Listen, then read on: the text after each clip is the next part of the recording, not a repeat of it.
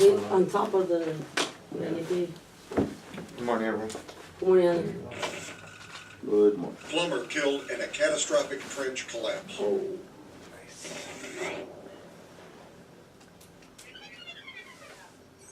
Two workers are killed every month in trench collapses in the U.S.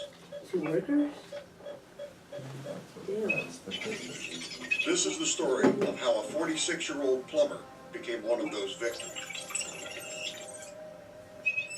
The owner of this home hired a general contractor to install a sanitary sewer connection for his house. The GC hired an excavation contractor and a plumber to complete the job.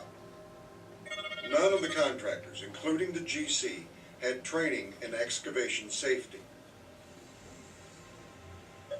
The excavation contractor started digging a trench with a backhoe on a Friday. The incident happened on the following Monday. That morning, the excavation contractor continued digging the trench. The trench was approximately 55 feet long, 3 to 8 feet deep, and 30 to 128 inches wide in varied sections. The sewer main was located 7 feet 4 inches below grade.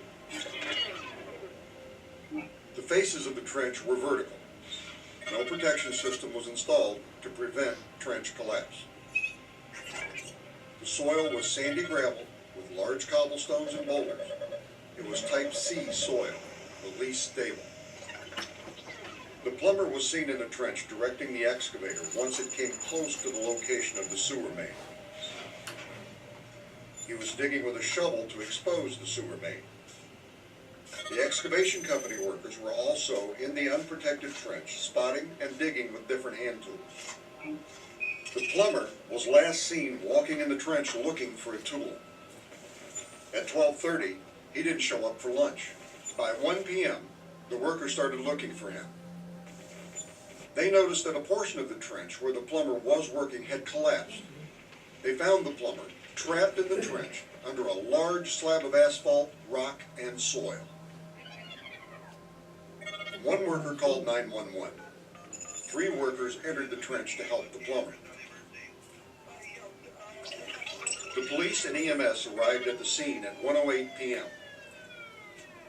Several EMS personnel entered the unprotected trench to free the plumber, but were unable to do so.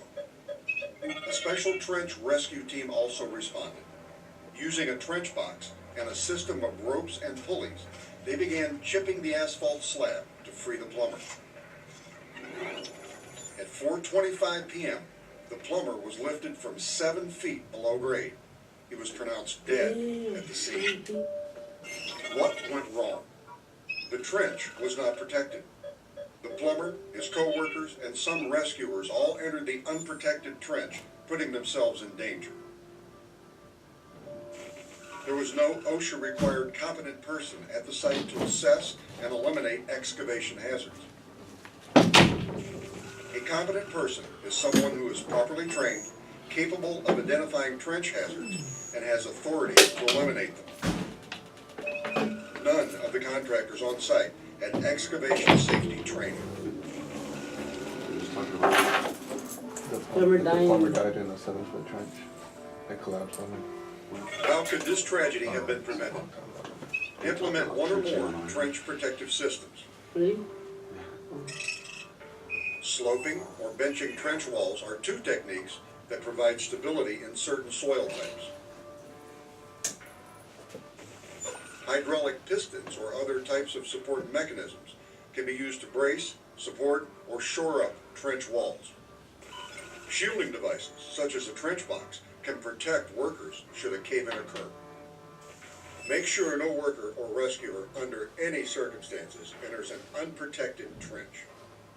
Have a competent person conduct daily inspections before worker entry to ensure elimination of excavation hazards. Provide training to workers, contractors, and rescuers on excavation hazards. Remember, 1 cubic yard of soil can weigh as much as a car. A trench collapse can happen in seconds. Don't think that you can get in, get the job done, and get out. An unprotected trench is an early grave. Never enter an unprotected trench. Accidents can happen to anyone. Even workers with years of experience can become victims. Speak up if you see unsafe behaviors. This kind of tragedy does not have to happen to you or your coworkers. Use what you've learned in this video. Be safe and stay alive. Okay, I wanted to show you guys that just because I know that a lot of times people, especially new people coming in this business, don't realize what being safe is in a trench and what are the requirements by OSHA. So, do you know what OSHA is, by the way? I don't know what it stands for, but it's yeah. Occupational safety, right? Okay, so basically OSHA is there to protect everybody, okay? So that basically they give out standards and safety standards and requirements for not only trenching, but a number of things, in all industries in the construction industry, okay? So who can tell me what the, when are you required to put safety procedures in a trench? Whenever you're digging a trench? Isn't it over 48 inches deep? No, No. I know there's a foot requirement for some of that stuff. there is a foot requirement, but there's several different requirements. First of all, anything over 5 feet, you have to have shoring. Anything 5 feet deep. Right? So basically you're close, instead of 4 feet even being safer. But did you see how they have the different types? They have a trench that does like this, okay, and then they have the stepping so that it goes out further. And it depends on the type of soil. So there's all kinds of different requirements that say, hey, I have to have shoring. And shoring is, there's different types of shoring as well. They have hydraulic shoring, they have box shoring, you know, and there's certain materials you can use and certain materials you shouldn't use. You can't just go get a piece of, you know, 1/4-inch plywood and think that's enough, depending on the type of soil. So there's A, B, and C soil. So this soil is the least stable, which is type C soil. It has, you know, it's more sandy and rocky, not very stable at all. And then there's, you know, there's type A and there's type B. We're going to get into that later. Type A is the most stable, type B is kind of in the middle. And we have a lot of type B here, and the closer to the beach you get, we have type C. We have closer, you know, that very unstable, sandy type of soil, rocky soil. But, you know, when you get into clay soils and things like that, it's a little more stable, but it doesn't matter. It doesn't mean that you don't know who did what to the soil. So like a lot of times when contractors come out, they take soil from one place and they bring it to another place, right? Because of what they're doing. And they want, maybe it used to be like where I used to live, my last house, it used to be an orchard, like oranges and stuff, right? So the type of soil there wasn't what was originally there. When they started, they brought soil in. And the reason I know that is because when I had a pool built, you know, they had to go like 9 feet down, right? And you could see the layers, what they brought in compared to what was down below. Totally different soil. So originally it was a very stable soil, but they brought all that stuff in from wherever for the farm, and it was completely different soil. So it, you know, it really was. They had to use. They used that kind of V-shaped deal on their trenching, but they used an excavator, and they had all kinds of safety procedures in there. So the other thing is when you get over 5 feet, and I'm going to get into this a lot more detail when we have more people, and I'll have a specific meeting for the trenching. But I wanted you guys just to kind of see this and understand that another safety precaution, if you saw in the video, they had a ladder, right? They had a ladder in the trench. You always have a way out of your trench. But when you're putting in shoring, you can get shoring pretty inexpensively. You rent it. And we used to just get the hydraulic shoring, and it comes with a little pump, a little hand pump basically, and you put your material, it's made of aluminum, it's really lightweight, kind of folds and unfolds. You put it in there and it basically secures your walls so that when you're down there working on a sewer pipe or a water pipe or a gas pipe or whatever, you don't have a chance of that soil just collapsing and coming in. Because what also tends to happen is people, and again, this is coming, because this is a long course, you have to get certified for that. So I'm going to get all of us, or everyone in here, certified eventually. That's my goal. But basically, for an example, when you put your dirt in, most of us, you dig in a trench, you just throw your dirt to wherever you can, right? It's on the edge. So now you just increased all that weight on the edge of your trench, which can cause it to collapse. Because like they said, 1 square or 1 cubic foot is 2,500 pounds. Yard. So it's not very, maybe it's a cubic yard. It's not very much though. When you look at how much that is, I mean, when you're digging out of a big trench, it doesn't take much dirt to weigh a whole heck of a lot sitting on the edge of your trench that could then just cause it to come in. So they expect you to be 2 to 3 feet back beyond the edge of your trench. So how do you do that? I mean, you got to have someone up on top moving it as you're getting it out. You can't just leave it there. All right. So there's a lot of little safety things that are really, really important when it comes to trenching. And I don't know how many of you guys have been in a trench that started to collapse. It is scary. There's a guy, and this was just one little video. There was a guy that I didn't know him personally, but I know somebody who's, he was a friend of his. And the guy was given the safety class. It was really, really hard for him to get the safety class because this is what happened. The guy was in the trench, and exactly what I just said happened. They dug the trench, and it was only 5 feet, a little over 5 feet deep. But they put all their dirt on the edge, right? I mean, within 6 inches or less of they just dug it. They're just digging. The guy was standing, and basically they didn't have shoring. That side where they had all the dirt, they had it on both sides, but the one side collapsed, and it basically just went to his knees and below, where he couldn't get out because it happened so fast.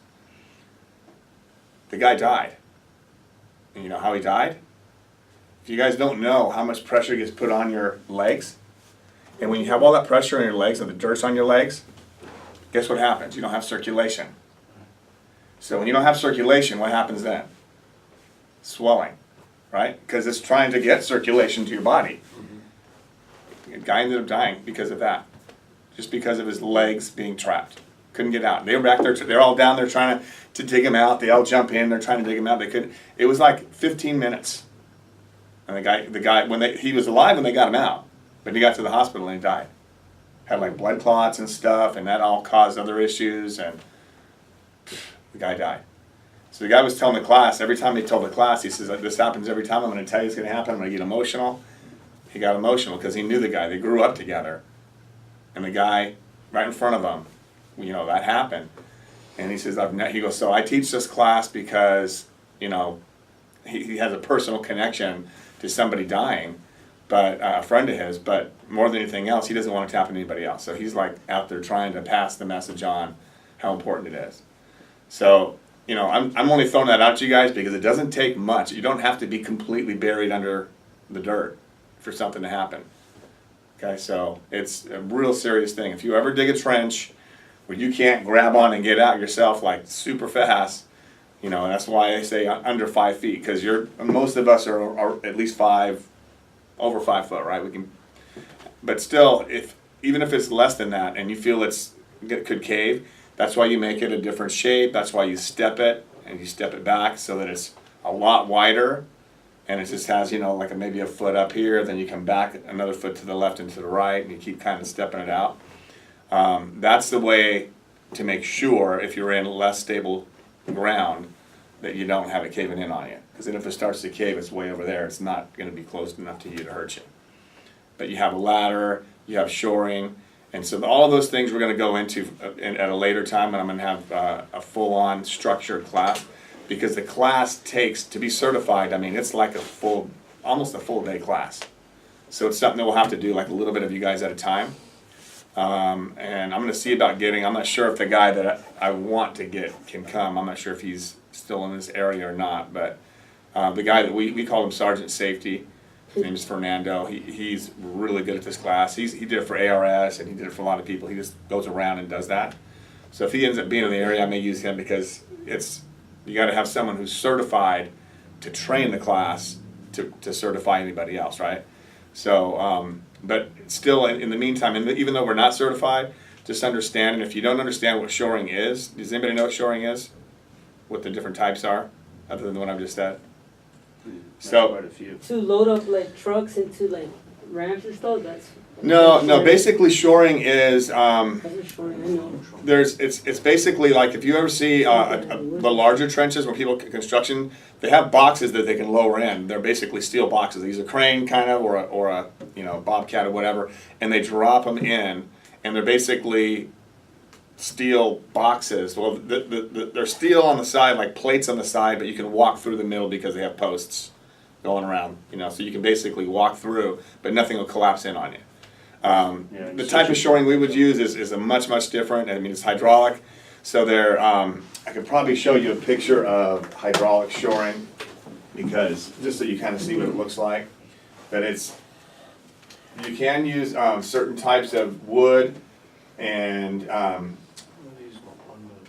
but usually it has to have a certain thickness. I mean, the higher. Load, like trucks into cargo planes. Okay, so let's see, hydraulic shoring.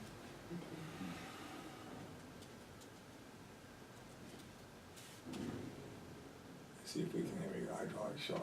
Okay, so let's see if I can get a picture. I'm gonna do a video because videos sometimes work better. Hit videos on the top. Go to the right a little bit. Okay, so hydraulic shoring installation. Okay, here we go. This is the type. Hydraulic is what most people will use in our industry. Vertical hydraulic shoring, superior That little versatility and safety. Trench shields are used to protect workers against Okay, cave-ins. see this one here. See, Shores those are used big, to actually real big ones. But look at push the trench walls to prevent cave-ins. it's aluminum shoring. You put a little pump in Vertical it. shores consist of a But pair. you can of use metal like they are using that with the steel plates. that are connected They by also use hydraulic kind of like a cylinders. 3/4 inch The plywood. hydraulic cylinders you are can use. pressurized outside of the trench with an easy-to-use hand pump. Both the rails and cylinders go. come in various sizes, offering superior versatility when working around existing utilities and supporting trench walls. So you can walk and through structures. underneath there because you're basically having low and high are the. Oops. Didn't mean to do that. It is important to remember It's pretty the lightweight, basic just like that. points of safety. Shores are designed to fold, which allows for easy installation, Boom. but also creates several pinch points. Always carry shores in the proper position with your fingers to the outside of the rail, away from the Now, that trench doesn't seem that big. points. Doesn't seem that deep, Vertical but see how that, I shores mean, are it's used in probably 5 unison feet with deep a right there. special type Yeah, that's of still deep. plywood called Right? pinfold. I've been Yeah, like that. Have you been in like that? You haven't had shoring, The right? use of plywood Yeah, I See- never had according to shoring. OSHA I've standards. never had I shores. never had I've shoring, I never It's Okay, listen up. considered a structural member. When using hydraulic vertical shores, I don't wanna die. one of the key components is going to be your hydraulic shoring pump I don't handle, wanna the plastic die. model and the steel model. Now I'd be Both are scared. acceptable. Both models are going to require the use of a biodegradable shoring fluid, Yep. either a summer grade fluid or a winter grade fluid. We only use summer here. When using the summer grade, you would add 1 quart of fluid to 5 gallons of water. When using the winter grade, you would add 1 gallon of fluid to 3 gallons of water. Please note that the use of diesel fuel and hydraulic oil are not acceptable. Diesel fuel. Jeez. Before you can put the pump can into service, the pump can must be tested. That includes either the steel model or the plastic model. Both are tested in the same fashion. Release the quick coupler. Turn the quarter turn valve counterclockwise. Stroke the can 2 times or until the gauge reads between 750 and 1,500 pounds. Allow the gauge to stabilize, which this is done at 1,000 pounds. Wait 10 to 15 seconds. This can is stabilized at 1,000 pounds. Therefore, I can release the pressure and this can is ready to put into service.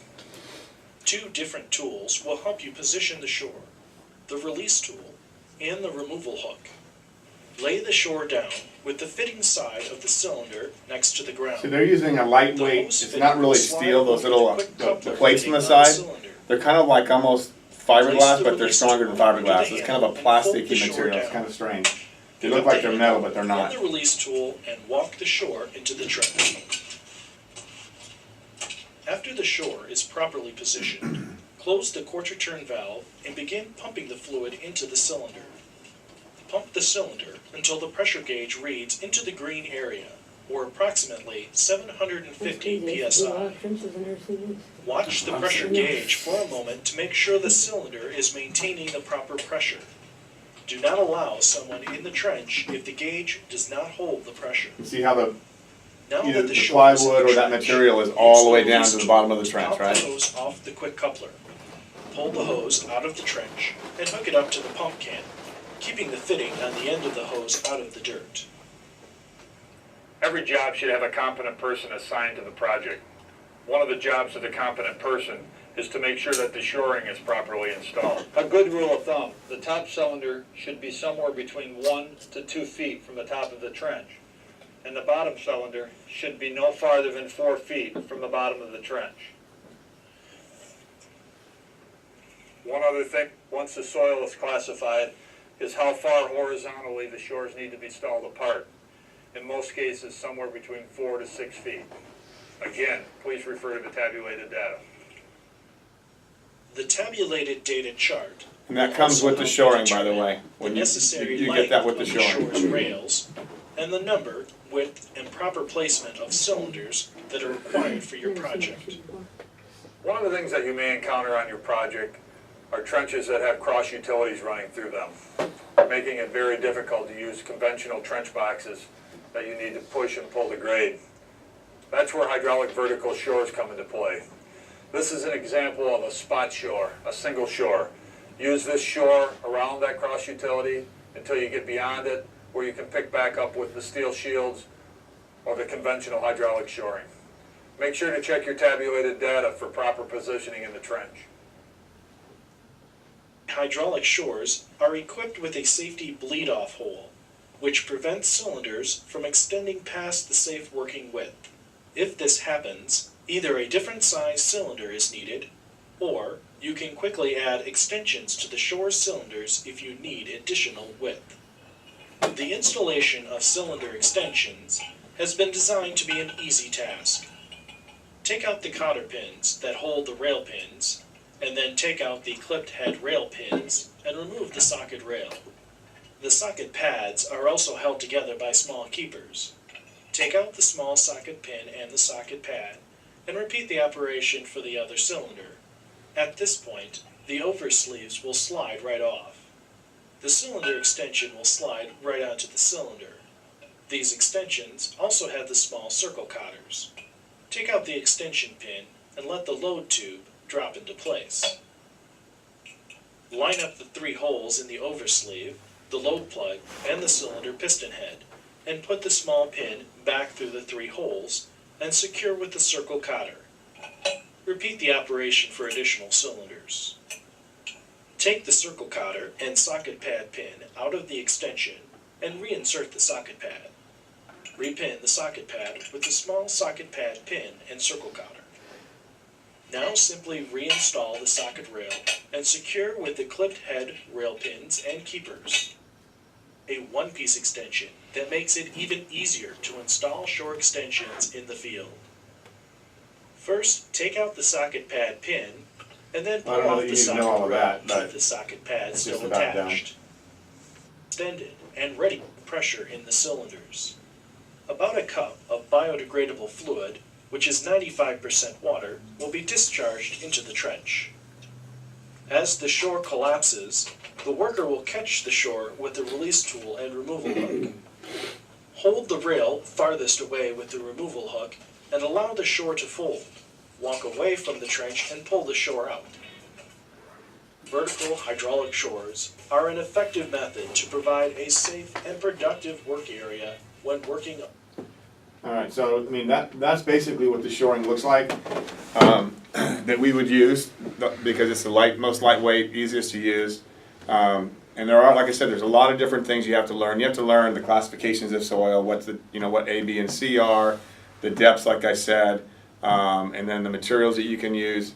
Learning how to actually use the shoring. I mean, they come with instructions. It's pretty simple, but always looking. You can always look on YouTube and find out how to do it before you start doing it. Make sure you're safe on it. Wearing your safety equipment and stuff like that as well. But it's something that will save your life in a trench, guys. I mean, I can tell you. Prior to this, prior to even when I went to ARS, prior to ARS, that's when I actually learned the first time. I was in trenches all the time, 4, 5, 6, 8 feet, and didn't even think, that, rocks would fall down on you, get a little bit scared or whatever, like, oh shit, that's good, but something like that, when you know that when someone knows someone who dies, or someone who had that happen to them, it's a whole different, thing, so. Just keep this in mind, and if you ever get to a trench that's going to be over 5 feet, make sure you don't go in without having some type of shoring, okay? There's all kinds of shoring. I've seen guys use frickin' 2x4s and, and plywood. That's better than nothing. I mean, I'd rather you do it the right way, but I'm saying just don't put yourself at risk. If someone else does a trench and they want us to do work in it, another contractor for an example, same thing. If they're not going to do it right, we're not going to put our lives on the line for somebody else's. I mean, a few bucks isn't worth you guys losing a limb or dying or something like that, right? So, okay. Any questions on this? I'll get more into it, like I said, when we will have a full-on training about it, but I wanted to kind of give you guys just the basics and say, don't do that. Just don't go in a trench that's not safe. I don't get in one of those unless there is that. Right. And have a way out. Always have a way out. You always have a ladder in a trench, even if it's 4 feet deep and you don't need trenching necessarily. Have a way out and have another person nearby where you can yell. Because on this video here, this guy, walks away, does something, doesn't say anything. Everybody's going to lunch. They come back. Where's the guy at? I haven't seen him for lunch. Oh, too late. So that's another. When having a competent person always on site. A competent person is someone who's been through the trainings. Like I said, it's like an 8-hour or 7-hour training. But once you're considered a competent person, you're responsible for that site, whoever the competent person is. So you don't leave and say, hey, I'm going to go get some parts, and you just keep digging. Make sure you get that sewer pipe underneath the sewer pipe so I can make that connection for you, right? That's what you don't do. Because you always have to have 2 people. When you're on a trench that's over 5 foot deep. Okay? All right, guys. We have a few people missing today. So, Beatrice, you're going with Sarah. Oscar, you're going to go with Renars. And Jason, you're going to go with... I got to think now. Who else was there? Nick was... I was having you go with Nick. And Nick called out.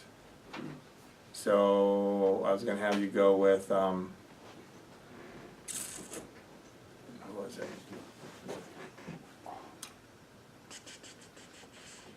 I have to look again because that's what I think that's what I had you. But I think I told Omar up front. So hopefully I have everybody busy today. So let's get out there and make some money, guys.